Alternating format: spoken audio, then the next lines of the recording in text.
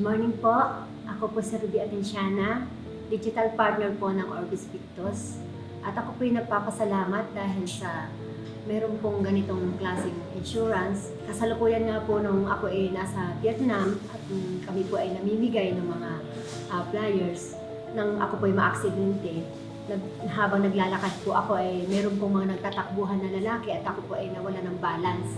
At agad-agad po ako ay dinala naman sa ospital at ako ay na-CT scan at nakita naman talaga ng doktor na dahil maraming nag-flow na dugo, okay naman yung result.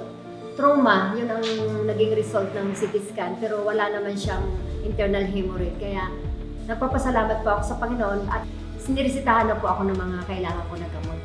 At nung sinabi nila ko ako ay mayroong insurance, naisip ko nga po ang Orbis Pictus at noon ding time na yon ay tinawagan ko po sila at minisage po sila. Agad naman pong nag-response at sinabi nga na lahat ng mga list of requirements submit at pagdating ko nga po ng Pilipinas, ito po, nandito ako at naka-ready na po. Kaya salamat po, maraming salamat at meron pong ganitong insurance na agad-agad po ay tumutugon sa mga nangangailangan.